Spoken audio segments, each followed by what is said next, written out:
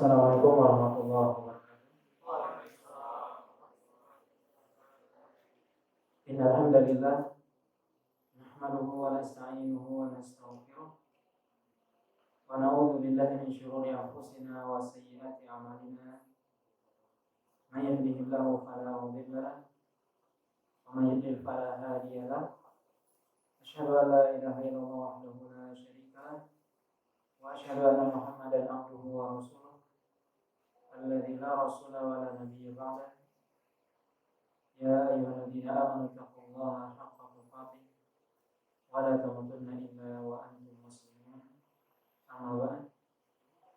Bapak dan Ibu kaum muslimin dan kaum muslimat yang dirahmati Allah Subhanahu wa taala. Alhamdulillah, puji dan syukur senantiasa kita sampaikan kepada Allah Subhanahu wa taala. Salawat dan salam kita sampaikan kepada Rasulullah sallallahu alaihi wasallam dan juga kepada keluarga beliau, para sahabatnya serta orang-orang mukmin yang senantiasa mengikuti beliau sampai di kiamat. Pada sore hari ini kita kembali melanjutkan pembahasan rukun iman, yang mana pada pertemuan yang lalu kita bahas tentang iman kepada kitab Allah SWT. Sore hari ini kita lanjutkan rukun iman yang keempat, yaitu iman kepada Nabi dan Rasul. Bapak dan Ibu dirahmati oleh Allah SWT, beriman kepada Nabi dan Rasul salah satu rukun dari rukun iman. Sebagaimana Nabi katakan, antumina billahi wa malaikatihi wa kutubihi wa rusulihi. Itu Anda beriman kepada Allah, beriman kepada malaikat, beriman kepada kitab, dan beriman kepada Rasulnya. Dalam Al-Quran banyak ayat menyebutkan tentang iman kepada Rasul. Di antaranya ayat 2 terakhir dari surah Al-Baqarah, yaitu Allah SWT berfirman, amana rasul bima unzila ilaihi min rabbih wal mu'minun kullun amana billahi wa malaikatihi wa kutubihi wa rusulihi la nufarriqu baina ahadin min rusulihi wa qalu sami'na wa ata'na ghufranaka rabbana wa ilaikal masir. Amana rasul itu beriman Rasul dengan apa yang Allah turunkan dari Rabbnya, dan juga orang-orang beriman. Kullun amana billah, setiapnya beriman kepada Allah, beriman kepada malaikat, kitabnya, dan para rasul-rasulnya. La nufarriqu baina ahadin minhum, dan kami tidak membeda-bedakan antara satu dengan yang lainnya di antara para rasul tersebut. Qalu sami'na wa ata'na, dan mereka mengatakan kami dengar dan kami taat. Ghufranaka rabbana wa ilaikal masir, yaitu ampunan Engkau ya Allah, sesungguhnya kepada Engkau kami dikembalikan. Dalam ayat yang lain, banyak ayat tentang Al-Quran, Nisa, Al-Baqarah, dan banyak ayat yang menceritakan ya wajibnya kita beriman kepada para nabi dan rasul. Maka sebelum kita membahas makna iman kepada nabi dan rasul, mungkin sedikit perlu kita sampaikan tentang perbedaan antara nabi dan rasul. Apa beda antara nabi dan rasul? Atau apa itu sebenarnya nabi? Apa itu sebenarnya rasul? Nabi dan rasul itu adalah manusia pilihan. Ya Allah SWT, ya. Nabi dan rasul, jadi nabi dan rasul itu manusia, seperti kita manusia. Tetapi Allah SWT berikan kelebihan karunia dengan Allah SWT berikan kepadanya wahyu. Itu Allah utus kepada Rasul tersebut malaikat yang menyampaikan perkataan Allah SWT, wahyu Allah SWT.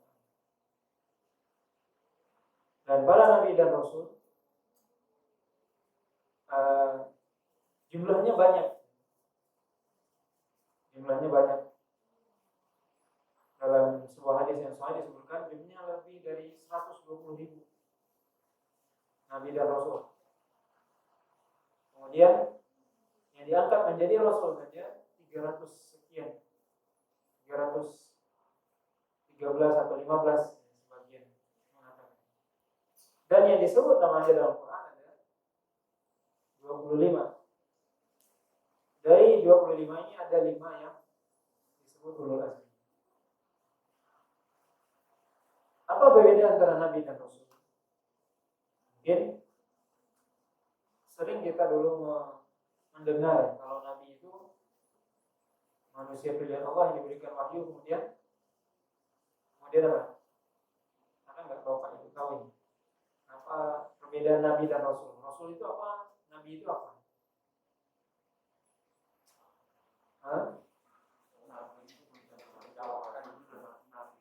Nabi gimana Pak? Nabi itu belum tentu Rasul, tapi Rasul sudah pasti Nabi. Ya, bismillah. Nabi itu belum tentu Rasul, setiap Rasul pasti Nabi. Cuman Nabi itu apa? Rasul itu apa bedanya? Ada yang paling sering kita dengar dulu, kita pelajari waktu dulu, yaitu beda antara Nabi dan Rasul. Sama-sama mereka, persamaannya adalah mereka adalah manusia biasa, kemudian diberikan wahyu oleh Allah SWT. Cuma Rasul diberikan, ya Nabi juga diberikan mukjizat, Nabi Rasul juga. Yang bedakan adalah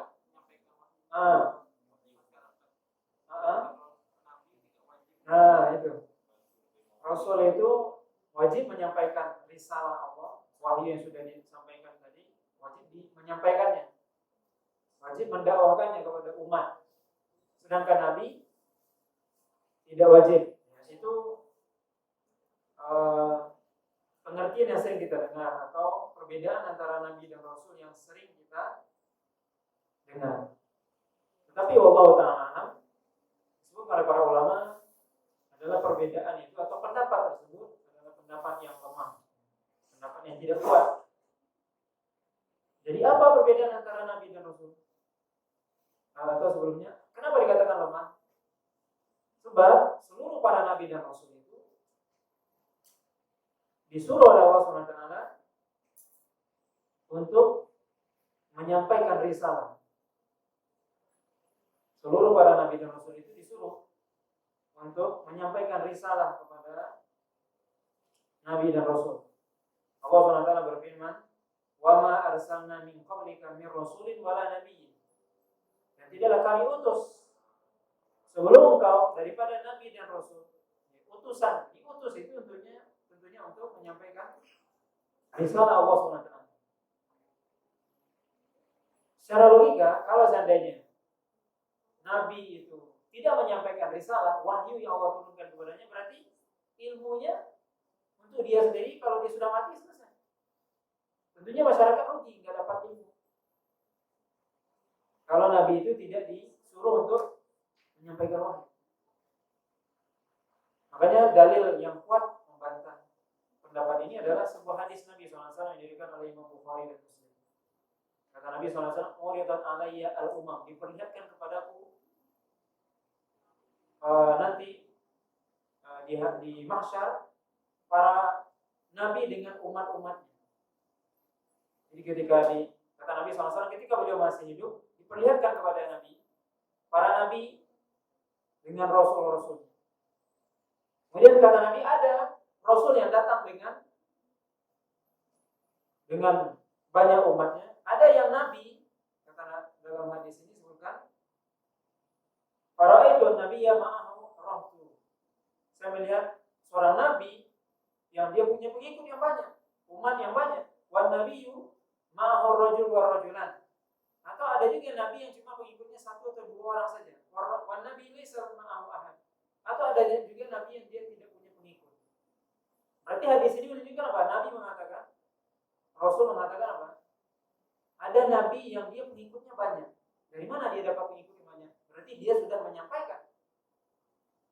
Maka hadis ini menjadi dalil bahwasanya nabi itu harus menyampaikan kepada umat. Sebab yang dia mendapat wahyu dari Allah SWT, ilmu dari Allah SWT, maka ilmu itu harus disampaikan. Tidak boleh disembunyikan. Maka perbedaan apa perbedaan antara Nabi dan Rasul? Disebutkan oleh para ulama, bahwasanya Rasul itu datang dengan syariat yang baru, sedangkan Nabi mengikuti syariat sebelumnya. Jadi Nabi Ibrahim kita lihat datang, beliau seorang Rasul datang. Ada Nabi setelah beliau, ada Nabi Ishak, putranya sendiri Nabi Ismail. Nabi Lut itu ponakan beliau, itu mengikuti syariat beliau, tapi itu hidup setelah beliau. Tetap mendakwahkan ajaran siapa? Nabi Ibrahim. Maka di sini ini yang disebut oleh para ulama perbedaan antara Nabi dan Rasul. Para Nabi dan Rasul, Rasul itu datang dengan syariat yang baru, sedangkan Nabi itu tidak membawa syariat yang baru, tetapi mereka mengikuti syariat Nabi sebelumnya. Kemudian apa makna dari iman kepada Rasul atau Nabi dan Rasul? Yang pertama, maknanya adalah bahwasanya kita meyakini bahwasanya Allah SWT telah mengutus para Nabi dan Rasul kepada setiap umat. Allah SWT mengatakan dalam surah An-Nahl ayat 36, "Walaqad ba'atsna fi kulli ummatin rasulan an ya'budullaha wa yajtanibut taghut." Sungguh kami telah mengutus kepada setiap umat seorang rasul untuk berdakwah an ya'budullah, sembahlah Allah, wa yajtanibut taghut, dan jauhi taghut, yaitu syaitan. Maka kita wajib meyakini bahwasanya Allah SWT mengutus para nabi dan rasul itu kepada setiap umat. Tidak ada umat kecuali Allah SWT utus kepada mereka nabi dan rasul.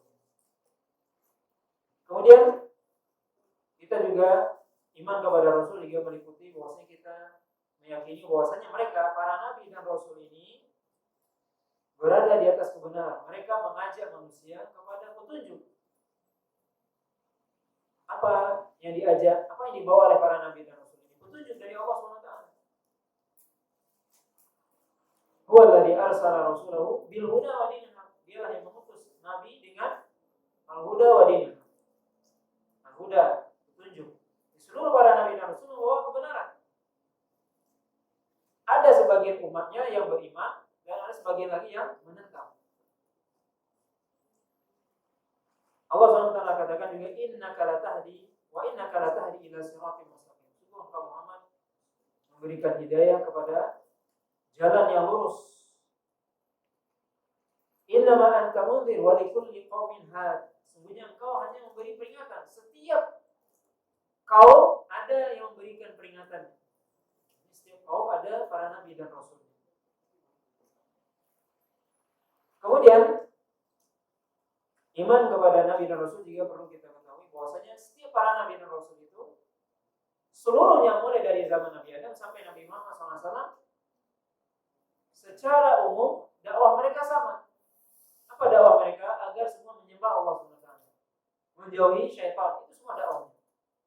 Mulai dari zaman Nabi Adam, Nabi Nuh, Nabi Ibrahim, terus sampai Nabi Musa, Nabi Isa, Nabi Muhammad SAW. Secara umum dakwah mereka sama dari sisi tauhid, dari sisi iman. Itu agar beriman kepada Allah, agar mentauhidkan Allah, menyembah hanya kepada Allah dan menjauhi syaitan. Semuanya. Hanya ada beberapa perbedaan dalam masalah syariat. Jadi perbedaan itu terletak di dalam, bukan di dalam inti dakwah atau inti dari ajaran, tetapi perbedaan itu terjadi dalam hal syariat. Yang mana syariat itu ada berupa perintah dan larangan, berupa ibadah tertentu yang itu sesuai dengan apa? Kemampuan umat tersebut. Bagaimana Nabi SAW menyebutkan kita dalam hadis Isra dan Mi'raj disebutkan dengan jelas bahwasanya Nabi Rasulullah SAW ketika Isra dan Mi'raj itu menerima perintah sholat. Berapa kali kita disuruh Bapak Ibu? Pertama kali, masih ingat? 50 kali sehari semalam. Coba kita bayangkan, kita sholat 50 kali sehari semalam.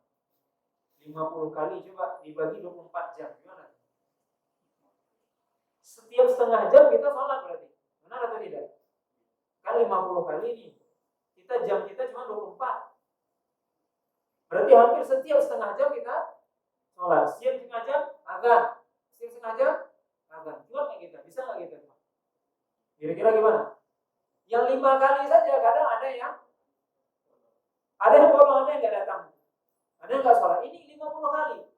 Makanya Nabi ketika berjumpa dengan Nabi Musa bilang, aku menyuruh umatku, kata Nabi Musa, untuk sholat 50, tidak bisa mereka. Padahal umatku itu besar, kuat-kuat. Kamu Muhammad, umatku kecil-kecil. Nah ini menunjukkan apa? Syariat kita beda. Syariat Nabi Musa ada sholatnya, tapi mungkin jumlahnya berbeda dengan kita. Sehingga kita, Rasulullah SAW diperintahkan oleh Nabi Musa oleh Nabi Musa untuk meminta keringanan kepada Allah. Akhirnya menjadi 5. Tapi tetap pahalanya 50, harus diingat itu. Kita walaupun 5 kali sholat, tapi pahalanya sama dengan 50 kali. Maka ini keutamaan. Maka syariat berbeda. Ya, ada syariat yang berbeda. Tapi secara umum, ajaran para nabi dan rasul sama, menyembah Allah, menjauhi syaitan. Ini di antara apa? Iman. Yang mana iman kepada nabi dan rasul. Kemudian juga kita meyakini bahwasanya ya di antara para nabi dan rasul itu memang ada yang Allah, tadi sudah kita sebutkan jumlahnya 120.000 lebih disebutkan oleh Nabi SAW dalam hadis. Yang disebutkan dalam Quran cuma 25. Berarti banyak yang tidak disebutkan namanya, bagaimana sejarahnya, itu banyak. Yang sering yang disebutkan cuma 25. Jumlahnya sebenarnya 120.000. Itu lebih banyak yang tidak disebut. Sebagaimana kita juga sebutkan kemarin waktu berbicara tentang iman kepada malaikat, yang disebutkan iman kepada malaikat berapa yang disebutkan dalam Quran nama malaikat? Ada malaikat Jibril, Mikail, Israfil, malaikat maut. Dalam hadis Nabi Munkar wa Nakir. Hanya beberapa orang malaikat. Jumlah malaikat tidak terhitung. Maka begitu juga Nabi dan Rasul banyak jumlahnya. Cuman yang disebutkan oleh Allah dalam Quran 25. 25 Nabi dan Rasul yang Allah sebutkan dalam Al-Quran. Maka wajib kita beriman secara umum. Maksudnya Nabi dan Rasul, Allah SWT mengutus kepada setiap umat itu ada Nabi dan Rasul. Kemudian Allah SWT menyebutkan, dan kita beriman secara terperinci pada nabi-nabi yang Allah sebutkan dalam Al-Quran. Yang tadi disebutkan ada 25 nabi. Kemudian ada dari 25 nabi ini disebut dengan ulul azmi. Nabi ulul azmi. Apa itu nabi ulul azmi? Nabi pilihan. Yang dipilih oleh Allah SWT yang mereka memang mendapatkan cobaan, rintangan dalam dakwah mereka yang sangat kuat, yang besar dari umatnya, tetapi mereka bersabar. Siapa mereka? Nabi Nuh, ya, kemudian Nabi Ibrahim, kemudian Nabi Musa, Nabi Isa, kemudian Muhammad SAW. Di antara 5 nabi ini yang paling mulia ada 2. Siapa itu? Nabi Ibrahim dan Nabi Muhammad SAW. Dan dari 2 ini yang paling mulia Muhammad SAW. Ini menunjukkan apa? Para nabi dan rasul itu juga bertingkat. Allah katakan, tilkar rusulu faddalna ba'dahum 'ala ba'd. Itulah para nabi dan rasul yang sebagian mereka kami lebihkan daripada sebagian yang lain. Kami muliakan sebagiannya dari sebagian yang lain. Maka para nabi dan rasul juga punya tingkatan. Manusia paling mulia, rasul paling mulia secara mutlak siapa? Rasulullah SAW, Muhammad SAW. Kemudian Nabi Ibrahim, kemudian Nabi ulul azmi. Kemudian nabi yang 25 yang disebutkan oleh Allah dalam Quran. Sebab ketika mereka disebutkan dalam Quran berarti itu menunjukkan keutamaan mereka. Dan mereka disebutkan. Yang disebut itu kan berarti menunjukkan keutamaan. Bapak dan Ibu yang dirahmati oleh Allah SWT, maka ini kita beriman kepada para nabi dan rasul, beriman kepada nabi yang 25 yang Allah sebutkan namanya dalam Quran, dan beriman kepada nabi ulul azmi. Kemudian tentunya kita akan membahas spesifik ya, mungkin masalah bagaimana kita beriman kepada Rasulullah SAW. Kita sudah mengetahui bahwasanya nabi yang paling mulia secara mutlak Rasulullah SAW, dan kita umatnya.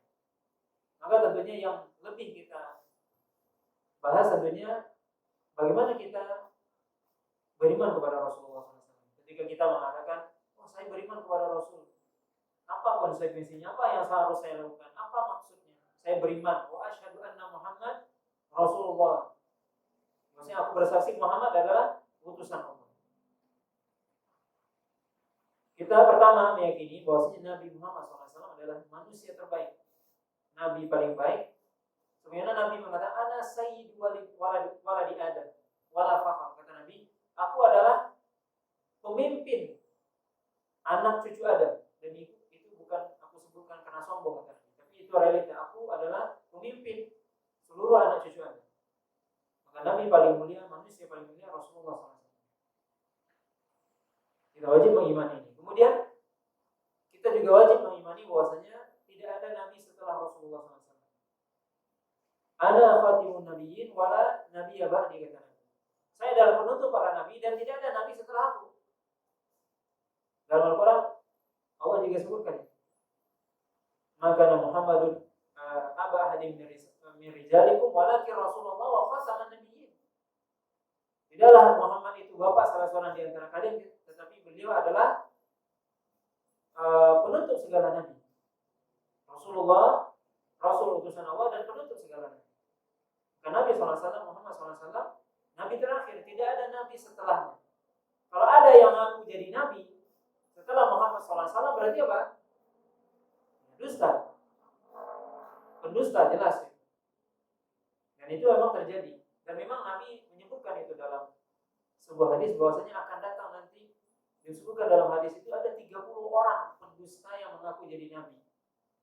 Kita bisa hitung sejak zaman Nabi siapa sampai hari ini. Ada nggak zaman kita yang ngaku jadi nabi? Hah? Ada. Sudah mati kemarin ini. Anda mengikuti bapaknya mengikuti nggak? Berita. Orang Indonesia loh ngaku jadi nabi. Iya, perempuan mengaku jadi nabi. Atau sebelumnya 3 abad yang lewat juga sudah ada yang ngaku jadi nabi. Apa siapa itu? Orang India dia. Hah? Orang India dia. Tapi ajarannya sampai ke sini. Bukan. Hah? Nabi dari India yang ajarannya sampai ke Indonesia. Di Indonesia ada sekarang. Mirza Ghulam Ahmad, yaitu Ahmadiyah, yang mengatakan bahwa nabi terakhir mereka situ Mirza Ghulam Ahmad. Dia punya kitab sendiri, Al-Quran sendiri, namanya Tadhkirah. Itu Ahmadiyah ada. Mengaku apa? Mengikut Mirza Ghulam Ahmad. Nabinya itu kan orang India. Maka ini jelas pendusta. Maka kita wajib sebagai seorang muslim meyakini bahwa tidak ada nabi setelah Rasulullah SAW. Kemudian iman kepada nabi juga ketika kita mengaku umat Rasulullah SAW, tentunya kita wajib apa? Membenarkan apa yang dibawa oleh nabi. Apa yang dibawa oleh nabi Al-Quran. Apa yang dibawa oleh nabi berita-berita tentang hari kiamat, tentang kabar umat terdahulu. Kita wajib mengimaninya. Karena kita mengaku umat Rasulullah SAW. Apa yang dibawa oleh nabi berupa berita, cerita masa lalu, atau yang akan datang tentang surga, neraka, hari kiamat, kita wajib mengimaninya. Walaupun menurut akal kita itu sesuai dengan akal misalnya, atau tidak bisa akal kita menangkapnya. Karena apa? Perlu kita ketahui Bapak dan Ibu, akal kita itu terbatas. Tidak bisa menangkap sesuatu yang gaib. Jangankan menangkap surga neraka, apa yang ada di balik pintu ini aja tidak tahu kita, atau di balik bangunan ini. Mata kita terbatas, kemampuannya, telinga kita terbatas, termasuk juga otak. Akal kita terbatas. Tidak mungkin bisa menembus cakrawala langit atau surga neraka ataupun alam gaib lain. Tidak mungkin. Itu semua kalau kita berbicara itu harus dengan iman. Harus dengan iman. Bagaimana nanti akan terjadi hari kiamat? Bagaimana Allah SWT ada di ada kubur, ada bagaimana Allah SWT membangkitkan manusia yang sudah mati, dibangkitkan kembali. Kemudian akan ditanya oleh Allah SWT kita semua. Akan ada sirat, jembatan yang di bawahnya neraka. Ini semua mungkin. Kalau dilihat secara akal, oh gimana? Tidak mungkin. Ada sebagian orang yang tidak percaya. Maka dalam hal ini bukan akal yang berbicara, tapi iman. Dan ini yang bedakan antara kita orang muslim dengan orang kafir. Orang muslim apa? Dia berbicara iman. Ketika berbicara tentang hal-hal yang gaib. Jadi kalau sudah berbicara dalam masalah gaib, kita tidak bisa menerima. Nah, itu konsekuensi kita beriman kepada Rasul Muhammad SAW. Kemudian kita juga hendaknya mengerjakan perintahnya, menjauhkan larangan Rasul. Kita mengaku menjadi umat Rasul. Apa yang diperintahkan oleh Rasul, lakukan. Apa yang dilarang, kita tinggalkan. Wa ma atakum Rasul fakhudhuh wa ma nahakum anhu fantahu. Apa yang disuruh oleh Rasul, yang dibawa oleh Rasul, ambil, kerjakan. Apa yang dilarang, tinggalkan. Kemudian juga kita, Bapak dan Ibu yang dirahmati oleh Allah Subhanahu wa taala, wajib kita mencintai Nabi SAW. Akan ada dari umatku ini sekelompok orang yang dia tetap berada dalam kebaikan, dia tetap berada di atas agama yang benar sampai hari kiamat, kata Nabi. Jadi akan ada orang-orang yang memegang ajaran Nabi yang orisinil istilahnya. Karena kan kalau sudah lama itu kemungkinan ada yang ditambah, ada yang dikurangi, itu sangat besar. Sebagaimana yang terjadi dalam apa? Ajarannya Nabi Musa dan Nabi Isa, Yahudi dan Nasrani, agama Yahudi sudah banyak yang berubah. Ada penambahan, ada pengurangan. Nasrani juga begitu. Tidak ada yang orisinal lagi.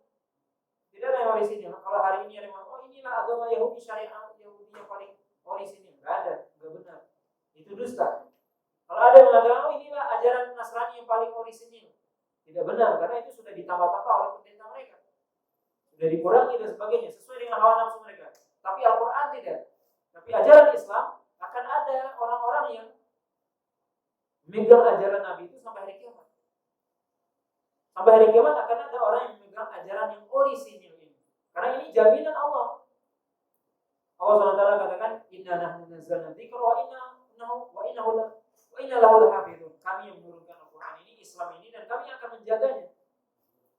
Jadi berbeda, Bapak Ibu. Kalau kita sebutkan kemarin, kitab Taurat dan Injil itu sudah ada penambahan pengurangan, tapi Al-Quran sampai hari ini dan sampai hari kiamat tidak akan ada apa? Penambahan dan kekurangan. Tidak ada itu. Karena Allah sudah menjamin, sudah menjaganya. Begitu juga orang yang mengamalkan Islam ini. Sebagaimana yang diajarkan oleh Rasulullah SAW, diterapkan oleh para sahabat, para tabi'in, para ulama setelah mereka sampai hari kiamat akan ada satu golongan ini. Sebagaimana Nabi mengatakan bahwasanya memang orang Yahudi terpecah menjadi 71 golongan. Orang Nasrani juga 72. Kata Nabi, umatku terpecah menjadi 73 golongan. 72 diancam neraka karena mereka salah jalannya. Satu yang tidak. Kata sahabat, siapakah mereka? Yaitu orang yang mengamalkan apa yang aku amalkan hari ini dan sahabatku. Itu jaminan oleh Nabi. Jadi akan ada orang yang senantiasa mengamalkan ajaran Nabi sampai hari kiamat. Ini salah satu perbedaan agama Islam dengan apa? Yahudi Nasrani. Di mana kita katakan sekali lagi bahwasanya ajaran Islam yang orisinil akan tetap dijaga sampai hari kiamat. Berbeda dengan apa? Yahudi Nasrani, tidak ada yang orisinil. Maka di sini Bapak dan Ibu hormati Allah Subhanahu wa taala, maka ini yang diantara hal-hal yang perlu kita ketahui ketika kita berbicara tentang beriman kepada para nabi dan rasul dan secara umum dan beriman kepada Rasulullah SAW secara khusus. Mungkin ini pembahasan kita ya pada sore hari ini, dan sebagiannya mungkin sudah kita sampaikan ketika berbicara tentang konsekuensi syahadat Rasul. Tapi kita mengulangi, mudah-mudahan sebagai faedah. Mungkin cukup. Kalau ada pertanyaan kita bersilakan. Kalau ada Bapak Ibu pertanyaan kita bersilakan. Tanya Ustaz. Perbedaan Nabi dan Rasul adalah dalam hal syariatnya. Contohnya seperti apa syariat itu?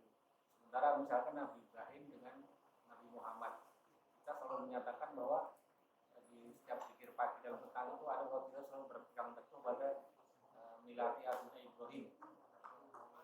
Perbedaannya di mana? Ya, tentunya kita hanya berani berbicara itu kalau ada dalilnya ayat dan hadis. Sebab kan kita nggak tahu apa syariat mereka secara umum, secara detail maksudnya. Secara detail karena kita nggak dikasih tahu. Cuma ada memang disebutkan dalam hadis Nabi. Bahwasanya di antara perbedaan antara syariat kita misalnya dengan syariat dalam hadis dan dalam Quran. Dalam syariat kita dengan syariat orang Yahudi dan orang Nasrani atau umat-umat terdahulu. Pertama diantaranya adalah ini disebutkan dalam hadis Nabi, yaitu dalam hal harta rampasan perang. Harta rampasan perang. Kalau kita berperang dengan orang kafir, kemudian kita dapat harta rampasan perang. Di zaman dahulu harta rampasan itu tidak boleh dibagikan kepada pejuang yang ikut berjuang di medan jihad itu. Tapi harta itu harus dibakar. Ya, dibakar, dan itu yang terjadi di zaman Yahudi. Itu syariatnya seperti itu di zaman dahulu. Tapi di zaman kita tidak. Sampai Al-Quran, di dalam Al-Quran ada namanya surat Al-Anfal. Apa artinya? Harta rampasan perang artinya. Dan di situ disebutkan tentang bagaimana aturan dalam membagi harta rampasan perang. Kita misalnya melakukan jihad melawan orang kafir, kemudian kita dapat harta rampasan harta mereka. Mereka kalah, kemudian kita dapat harta mereka. Itu ada pembagiannya. Itu dibolehkan dalam syariat. Kemudian juga diantaranya sebagaimana juga disebutkan dalam hadis Nabi, kalau seandainya orang Yahudi dulu itu, kalau pakaiannya kena najis, itu harus dipotong itu bajunya. Tapi kalau kita tidak, kalau kita baju kita kena najis, gimana Bapak? Apa dipotong? Boleh dicuci, cukup dicuci, boleh. Maka ini sebuah kemudahan. Dan memang syariat Rasulullah SAW itu salah satunya adalah syariatnya sangat mudah daripada umat-umat terdahulu, tetapi pahalanya besar. Makanya Nabi SAW mengibaratkan apa? Kita ini, subhanallah, ya saya mau katakan begini Bapak. Kita ini sebenarnya mau tidak mau, ya, sadar atau tidak sadar, kita ini sebenarnya dipilih oleh Allah. Menjadi umat Rasulullah berarti kita dipilih di antara seluruh manusia. Coba Bapak Ibu kalau kita jadi umatnya Nabi Musa, berat. Kalau kita ditakdirkan jadi umat Nabi Isa, berat. Seperti tadi. Di antaranya apa?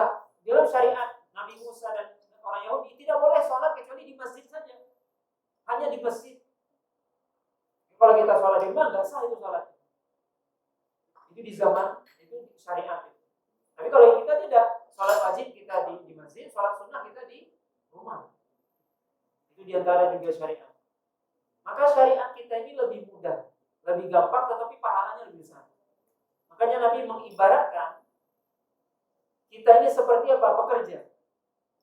Kata Nabi, seorang yang dia bekerja dari pagi sampai zuhur, itulah ibaratnya orang Yahudi. Jadi orang Yahudi itu ibaratnya apa? Dia bekerja dari pagi sampai zuhur, panjang waktunya, umur mereka panjang, dan pekerjaan mereka berat-berat, syariat mereka berat. Tapi apa? Hasilnya atau upahnya sesuai dengan yang kerja mereka aja. Orang Nasrani, mereka seolah-olah bekerja dari zuhur ke asar. Sedangkan umat Islam kerjanya dari asar sampai maghrib.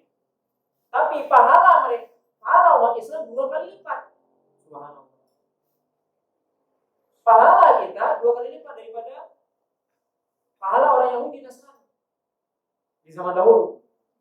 Ini orang Yahudi Nasrani bekerja dari tadi Yahudi dari pagi sampai zuhur, ya upahnya sesuai dengan kerja mereka. Nasrani juga dari zuhur ke asar sesuai dengan upah mereka. Tapi kita bekerja dari asar sampai maghrib, upah kita 2 kali lipat. Makanya tidak ada amalan kecuali dilipat gandakan oleh Allah. Coba kita lihat. Apa yang tidak dilipat gandakan? Yang paling minimal dilipat gandakan berapa kita Bapak Ibu? Tahu nggak? Yang minimal ini pahala kita dilipat gandakan berapa kali? Kata Nabi, al-hasanatu bi asyri amsalih. Satu kebaikan minimal dibalas oleh Allah berapa? 10. Satu kebaikan yang kita lakukan minimal dibalas berapa? 10. Misal baca Al-Quran 1 huruf, 10 kebaikan, itu minimal. Kita bersedekah minimal 10. Bahkan kalau sedekah itu bisa 700 kali lipat, sebagaimana disebutkan dalam Al-Quran. Dan bisa berlipat ganda lagi. Maka ini salah satu kekhususan kita. Dan subhanallah kita ditakdirkan menjadi umat Rasulullah SAW. Ini pilihan. Kita kan gak minta. Ada gak yang dia sebelum lahir di alam arwah dulu minta sama Allah, ya Allah saya jadi umat Nabi Muhammad saja? Gak ada kan. Tapi Allah yang milih kita. Ini menunjukkan apa? Kita dipilih oleh Allah dari manusia sebelumnya. Coba kalau kita hidup di zaman seperti tadi, di zamannya Nabi Ibrahim, di zamannya Nabi Nuh, berat. Yang umurnya panjang ratusan tahun. amalannya apa? Berat. Kita subhanallah, amalan kita sedikit dan memang umur kita pendek, 60 sampai 70 tahun umur kita. Maka ini ya, Bapak dan Ibu dirahmati Allah SWT, di antara tentunya perbedaan syariat. Kalau sholat ya sama, sholat ada sholat, cuman jumlahnya mungkin berbeda. Seperti tadi disebutkan sholat di sejak zaman Nabi Ibrahim sudah ada sholat. Kemudian cuma jumlahnya kita nggak tahu. Puasa juga kutiba alaikum muslim kama kutiba alal ladzina min qablikum. Artinya diwajibkan puasa kepada kamu dan umat sebelum kamu. Berarti umat sebelum kita juga ada yang berpuasa. Haji juga ada, haji sejak zaman Nabi Ibrahim. Dalam surah Al-Hajj Allah katakan wa'adzim fin nasi bil haji. Seru manusia untuk datang haji. Cuman syariatnya bagaimana hajinya juga belum tentu sama dengan kita syariatnya. Pak harus tawaf berapa kali itu belum tentu. Cuman secara umum ada haji, ada sholat, tapi kaifiyah tata cara secara detail itu kita nggak tahu atau jumlahnya kita tidak diberitahu oleh Allah dan Rasulnya. Wallahu a'lam. Iya. Nabi tadi menyebutkan bahwasanya akan terpecah umat ini. Bukan umat ini aja, umat Yahudi kata Nabi 71 golongan. Umat Nasrani 72 golongan. Rasulullah umat Islam, ini Nabi yang bicara. Umat Islam ini akan terpecah menjadi 73 golongan, 73 pemahaman, 73 kelompok. 72 kata Nabi semuanya diancam neraka. Diancam neraka gimana? Apakah mereka otomatis masuknya? Tidak, tapi diancam. Kenapa? Karena mereka jalannya salah. Kecuali satu yang tidak diancam. Siapa mereka? Itu ditanya oleh para sahabat. Siapakah mereka wahai Rasul? Yaitu yang mengamalkan apa yang aku lakukan hari ini dan sahabatku. Karena Nabi SAW mengatakan apa? Alaikum bisunnati wa sunnati al-khulafa ar-rasyidin al-mahdiyyin min ba'di. Adu 'alaiha bin nawajid. Itu tadi sebutkan. Hendaknya kalian berpegang teguh dengan sunnahku, ajaranku dan sunnah khalifah yang 4. Siapa khalifah yang 4? Abu Bakar, Umar, Utsman dan Ali. Para sahabat. Adu 'alaiha bin nawajid. Gigitlah sunnahku itu, ajaranku itu dengan gigi geraham. Nah, itu yang diperintahkan oleh Nabi. Gigi geraham. Kita gigit biasanya apa? Kalau gigi depan, kenapa gigi geraham? Supaya kuat. Berarti apa? Berarti di luar sana goncangannya, tiupan anginnya sangat kuat sehingga harus kalau di gigi depan aja lepas nanti. Seolah-olah gitu. Kalau kita pegang dengan gigi depan doang, lepas nanti. Sampai harus dengan gigi geraham. Artinya apa? Tantangan, rintangan untuk memegang ajaran Nabi yang orisinil tadi itu tuh tantangannya berat. Sampai tadi disebutkan seperti apa? Makanya Nabi menyuruh pegang dengan apa? Gigi geraham. Atau tadi disebutkan diibaratkan seperti memegang bara api yang sangat panas. Panas gimana? Tantangannya berat. Ada orang yang mencela, ada orang yang macam-macam. Menganggap ini, ini datang dengan mazhab yang baru, ini fundamentalis, teroris, macam-macam, radikal dan sebagainya. Itu semua. Ya. Tujuannya apa? Agar orang tidak mau melaksanakan ajaran Nabi. Tentunya berbagai macam statement dan sebagainya. Tujuannya apa? Ya agar orang tadi lepas tadi yang digenggam. Karena dia, ini kamu misalnya kan, contoh sederhana saja. Kita rajin ke masjid Bapak Ibu, nanti dibilangin, jangan sok-sok alim lah gitu kan. Nah itu termasuk itu. Ucapan yang bisa apa? Mengendorkan semangat kita. Kita pengen ke masjid, sholat berjamaah. Ada aja orang komen. Benar atau tidak? Ada. Kita rajin bersedekah misalnya. Kamu ini sok-sokan atau kamu ini mungkin pengen apa? Dibilang dermawan dan sebagainya. Ada aja kalimat-kalimat miring yang semuanya apa? Agar kita nggak mau. Pengennya mereka apa? Kita seperti mereka. Nggak usah ke masjid lah gitu. Kalau perlu nggak usah sholat sekalian. Itu namanya tantangan. Itu namanya tadi orang yang ke masjid dengan itu seperti memegang bara api. Kenapa? Karena saking banyaknya intimidasi mungkin atau celaan, caci makian dan sebagainya. Itu sudah diprediksi oleh Nabi SAW. Maka kita kalau ditanya mana ajaran Nabi itu, tentunya ajaran Nabi itu kita sekarang jadi bingung. Kan 73 golongan banyak ini. Kan kita nggak tahu yang mana yang benar ini. Ibaratnya ini 73 macam ini. Kalau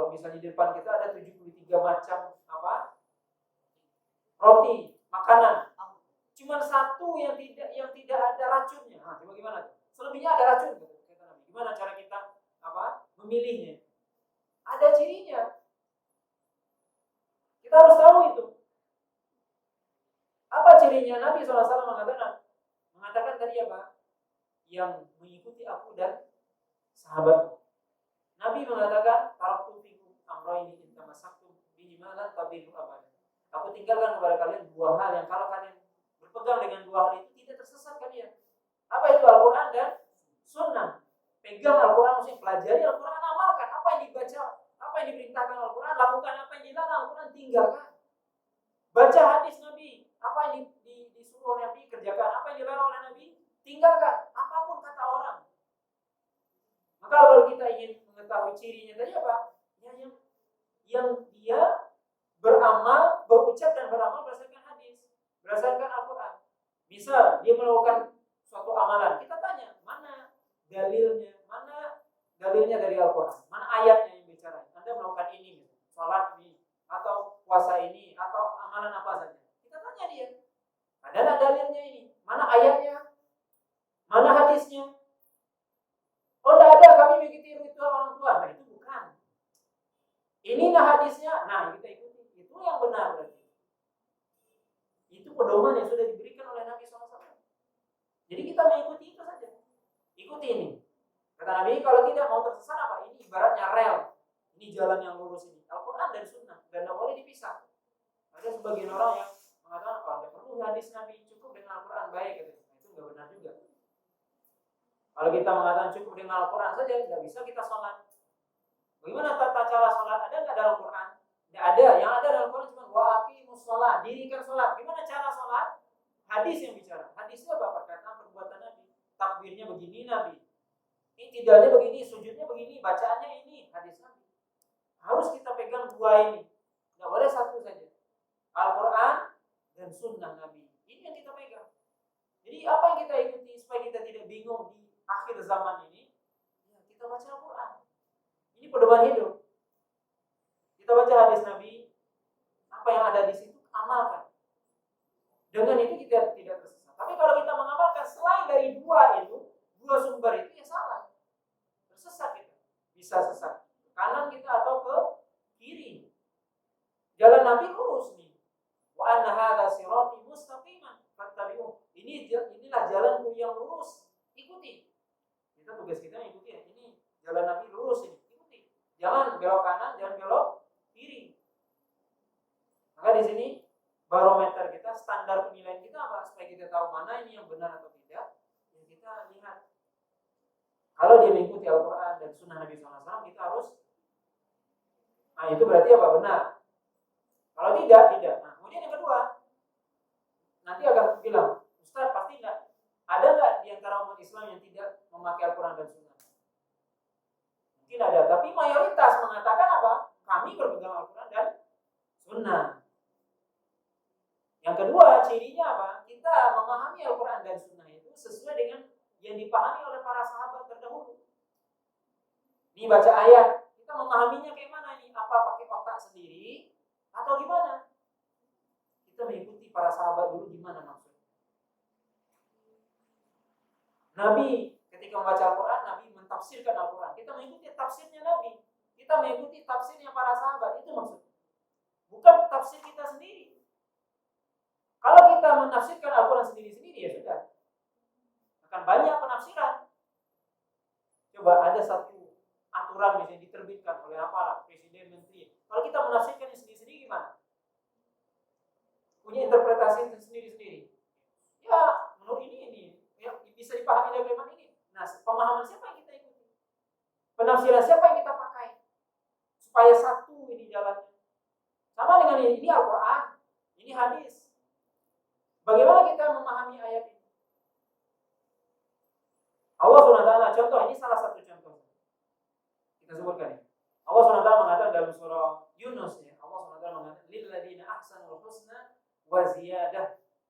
Bagi orang-orang yang berbuat baginya husna. Husna itu kalau diartikan secara bahasa Arab aja, artinya husna itu sesuatu yang baik. Tapi husna itu artinya dalam Al-Quran apa? Surga. Itu penafsiran Nabi. Kemudian waziyadah. Ziyadah apa artinya? Nabi mengatakan an-nazar ila wajhillah. Ini Nabi yang menafsirkan ini. Melihat wajah Allah nanti di akhirat. Ada orang-orang di antara kaum muslimin yang mengatakan tidak mungkin kita melihat wajah Allah di dunia dan di akhirat. Berarti apa? Dia memahami ayat ini tidak sebagaimana yang dipahami oleh Nabi. Nabi mengatakan apa? Wa ziyadah itu tambahan. Bagi orang yang berbuat baik, baginya surga dan tambahan. Nikmat yang Allah berikan kepada orang mukmin surga, masuk surga. Dan nikmat paling tinggi bukan surga. Az-ziyadah tadi ada tambahan apa itu? Melihat wajah Allah. Yang disebutkan oleh Nabi SAW, kalau seorang melihat wajah Allah, lupa seluruh nikmat surga. Lebih hebat melihat wajah Allah daripada surga. Itu harus kita ketahui. Ini penafsiran siapa? Rasul. Ada di antara umat ini mengatakan kita tidak mungkin melihat wajah Allah. Tidak mungkin. Bahkan ada yang mengatakan Allah tidak punya wajah katanya. Kalau kita mengatakan Allah punya wajah berarti apa? Seperti wajah makhluk dong berarti. Berarti apa? Dia menafikan ayat ini tidak sesuai dengan pemahaman Rasul.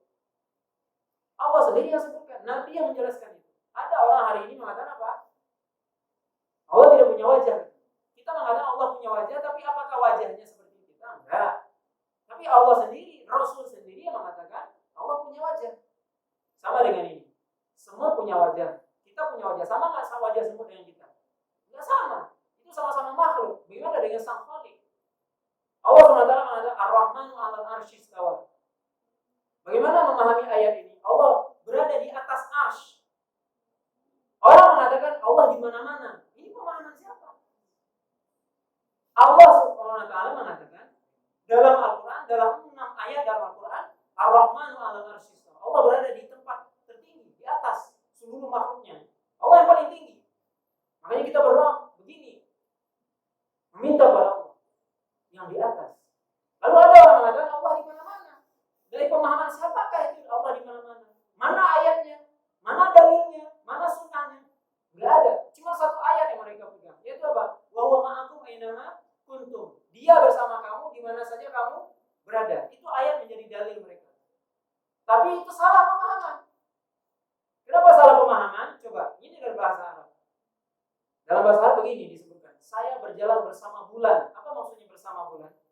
Bulan tetap di atas. Apakah bersama di sini maksudnya lengket? Tidak. Maka wahwa ma'akum, Allah tetap di atas. Tapi Allah mengetahui, melihat semua apa yang ada, apa yang terjadi sama kita. Ini pemahaman yang benar berdasarkan Al-Quran dan hadis Nabi yang dipahami oleh para sahabat. Nah, ada orang-orang tadi yang memahami sesuai dengan otak mereka sendiri. Sehingga mereka mengatakan Allah di mana-mana, Allah tidak berada di atas, Allah tidak punya wajah dan sebagainya. Padahal Nabi yang bilang dalam hadis yang sahih. Tapi kenapa? Karena mereka pakai otak. Kalau kita mengatakan Allah punya wajah, tadi apa? Berarti kita menyamakan Allah dengan makhluk. Kalau kita mengatakan Allah di atas, berarti Allah butuh tempat, kata dia. Sedangkan Allah nggak butuh tempat, benar. Allah nggak butuh tempat, tapi berada di atas. Apakah berarti Allah butuh? Tidak. Sekarang gini, Allah menciptakan malaikat dan menyuruh malaikat menurunkan hujan. Apakah Allah tidak bisa menurunkan hujan sendiri? Bisa. Apakah Allah butuh kepada malaikat itu sehingga Allah harus mewakilkan tugas itu? Tidak.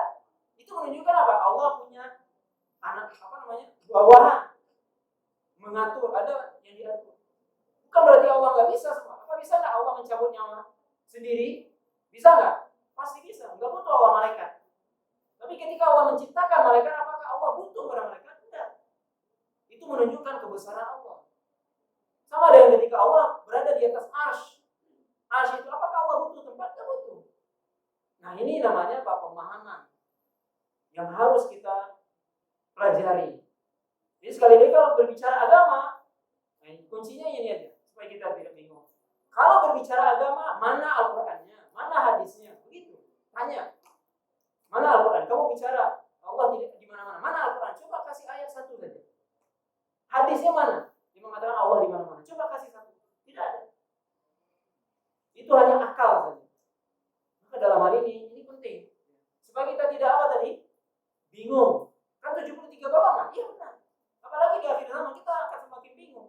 Karena banyak orang-orang yang dia mengaku pandai dan sebagainya. Pandai berretorika dan sebagainya. Maka dalam hal ini penting kita Bapak Ibu. Ini namanya kunci supaya kita tidak bingung dalam kehidupan kita. Nabi sudah berikan ini jalan. Al-Quran dan Sunnah dipahami. Tapi pemahamannya juga bukan pemahaman kita sendiri. Mari kita pahami Al-Quran itu dengan pemahamannya Nabi sendiri, sahabat sendiri. Sahabat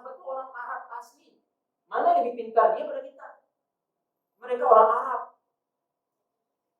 Jahiliyah itu maksudnya bukan bodoh dalam artian apa? Tidak mengenal Tuhan maksudnya. Tapi apa? Dalam bahasa Arab itu mereka paling hebat.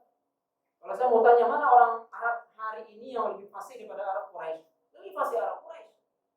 Makanya itulah Allah menurunkan Al-Quran ketika tingkat sastra Arab puncaknya. Kemudian Allah tantang mereka. Siapa di antara kalian bisa mendatangkan satu ayat saja? Karena bahasa sastra Arab ketika itu berada puncaknya. Allah turunkan Al-Quran di situ. Tantang, siapa di antara sastrawan Quraisy yang berani bisa mendatangkan satu ayat? Nggak bisa. Jadi kalau kita tanya mana orang yang lebih fasih, orang Arab dulu atau sekarang? Dulu. Maka dalam hal ini apa?